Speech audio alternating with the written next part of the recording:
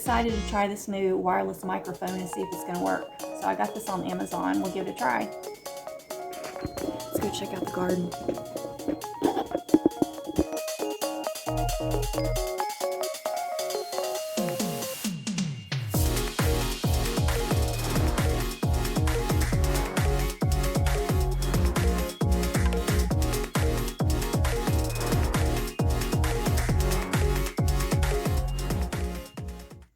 It's the weekend.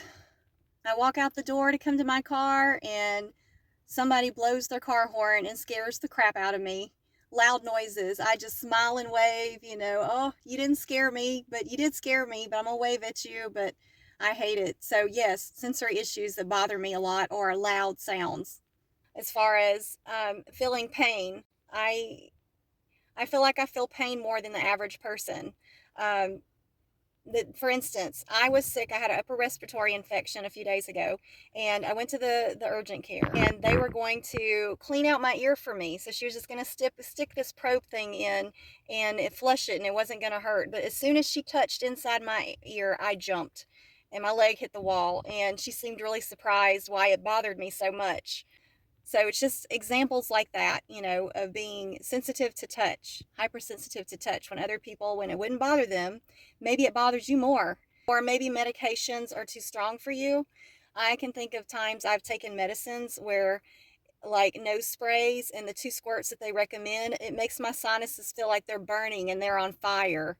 Does medications affect you as being too strong for you? Maybe that's the issue that you have, but sensitivity is just one of those things that someone with autism may have to deal with. Okay, if we're talking about sensory issues, I wanted to share with you something that came from my book that I wrote a long time ago about a bad experience I had, and you may be able to relate to this. We'll see. November 2021 trip to Scottsboro. Sensory overload. The trip was going fairly well. Driving over, I knew it would be crowded because there was a huge sale. As soon as we stepped in the store, the music was blaring and there was a DJ. I could not believe how loud the music was. Instantly, I wanted to leave the store. But we had driven so far, I wanted to try to stay, so I walked around and had trouble concentrating. I was amazed at how the music seemed to bother no one. To make matters worse, my son was begging me to look at electronics and buy an iPad. I couldn't even concentrate when the guy behind the counter was explaining to me about the iPad. I was glad when we left. It was too loud. I didn't buy anything. I didn't add that in. There were too many people. I would like to add in that something I did not add in here that I should have put was, as soon as we walked out the store, there was like an old vintage truck and the music was still blaring outside, and a man walked up to talk to us at that truck. And he was sitting there talking to us, and I couldn't even concentrate on the words coming out of his mouth.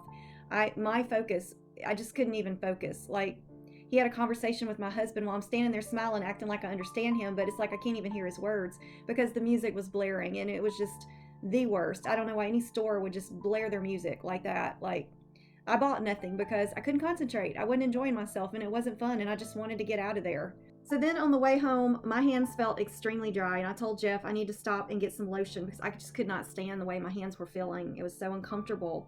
As soon as I got home, we had to go to a birthday gathering at a family's house. I was overwhelmed because it was unplanned. I took extra melatonin and it seemed to help. Then I threw on my pajamas and let my hair down from the ponytail. Before bed, my socks felt painful on top of my feet. That is common for me. It was like a burning sensation. Ended the day with my usual YouTube watching to kind of self-regulate, do something I enjoy, something repetitive for me, that to help me to wind down from that day that was just too much sensory overload. So can you relate to that? I bet you've got some similar stories regarding sensory issues. And I've noticed that if I am really stressed out or anxious, sensory issues can be worse for me. They can affect me more than usual. Okay, I want to answer a viewer question. So this is in this segment. I'll answer a couple of viewer questions. The first question I have is from Alyssa Jean 9949. She says, "I wonder how you deal with feeling socially awkward or left out. Also, do you feel like you people please? And if you do, and if so, do you think it's because of autism? Thank you so much." Well, thank you for your question. So what I want to say about that is, yes, I feel socially awkward every single day of my life, every day, always, every day. It's definitely hard for me. It just doesn't come easy. I've said before, I feel like the social gene has skipped me. I, it's a real struggle. It's a struggle for me to want to be socially involved with other people. I'm not even bothered to not have any social interactions. I have to make myself, because I know as human beings we need social interactions, and it's good to get some social interaction. We can't be hermits, after all. But I just make sure most of my time I can spend by myself when I can, which is rare because I'm a wife and a mother and a grandmother, and so getting that time to myself is very hard. Um, I'm actually alone right now and I love it. I have the house to myself and it's just wonderful. But how do I deal with being socially awkward, with feeling socially awkward? I just accept myself because I know that there's a reason. I know I was diagnosed with autism, so therefore there's a reason behind it. But yes, it still makes me feel socially awkward. Now, when I'm at work, I think most of my coworkers know by now, and so it's a little easier for me to feel like I can be myself. If I'm around some of the family that doesn't know, it's harder because they may think me to be strange, but they don't know what it is about me. They can't put their finger on it, and I haven't felt comfortable enough to talk to them about it. So that's the part of my life that still continues to be hard. And if I have been in a socially awkward situation, I find myself stimming. I find if I'm nervous or anxious, stimming behavior happens for me, whether it's tapping my foot, just moving my hands a certain way, drawing J's. I'll find a lot of times I'll find myself driving to work just doing J's and stuff on my hands. Like I found that something I do pretty common for me. So stimming behavior to self-regulate after a social anxiety episode, a social awkward episode. If you can, I I have started saying no to social situations that I know are going to cause me distress. A recent one was somebody in my husband's family. His cousin's son was graduating, and I just chose to not go. Now, I didn't tell them outright, I'm just not going. Of course, I made up an excuse, and I wasn't going to go because it was going to be socially awkward, and I just didn't want to deal with that. It wasn't anybody close in the family, wasn't anybody who probably cared if I was there or not, so it didn't matter to me. What I did was send a card with some money in it, a good amount of money, and sent my best wishes to them, and that was it. I avoided some situations that could have been bad for me mentally to have to deal with. Could have caused a potential meltdown. Who knows? I don't need to go through that, so I said no to that situation. Do I feel like I'm a people pleaser? Yes, if it's not a family member. And question number 2, I really love this question by Lisa.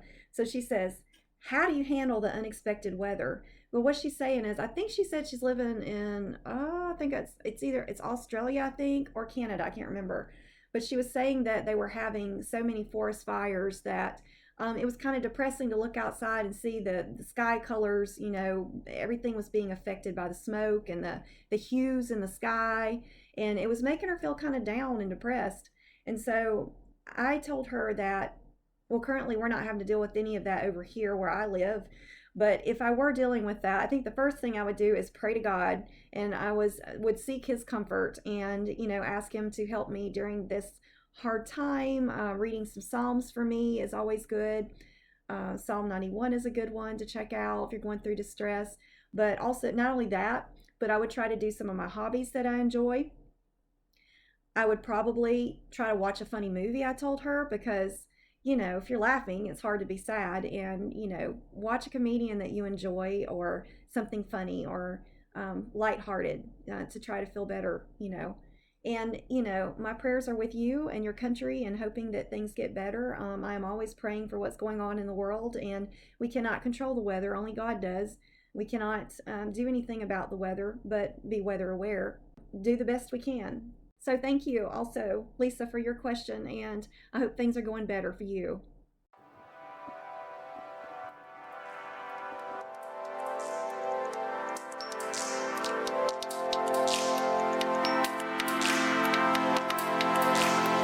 Not too bad. This is my sales for this year on Etsy.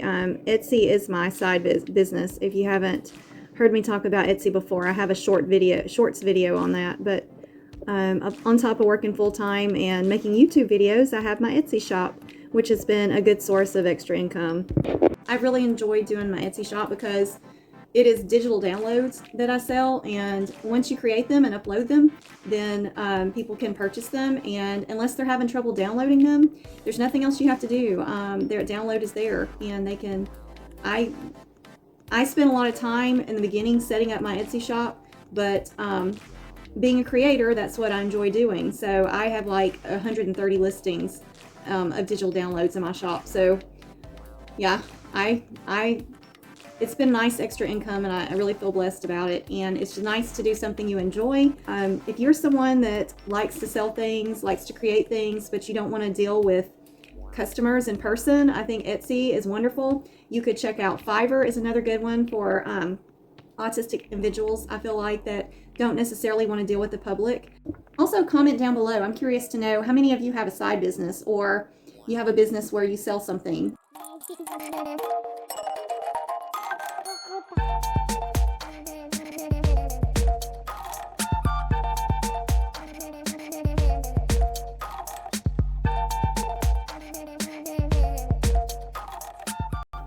If you're enjoying this video, could you just please go down there and subscribe, and then we can help get this video out to other people who are learning about autism and can find this information useful for themselves. I would so appreciate it.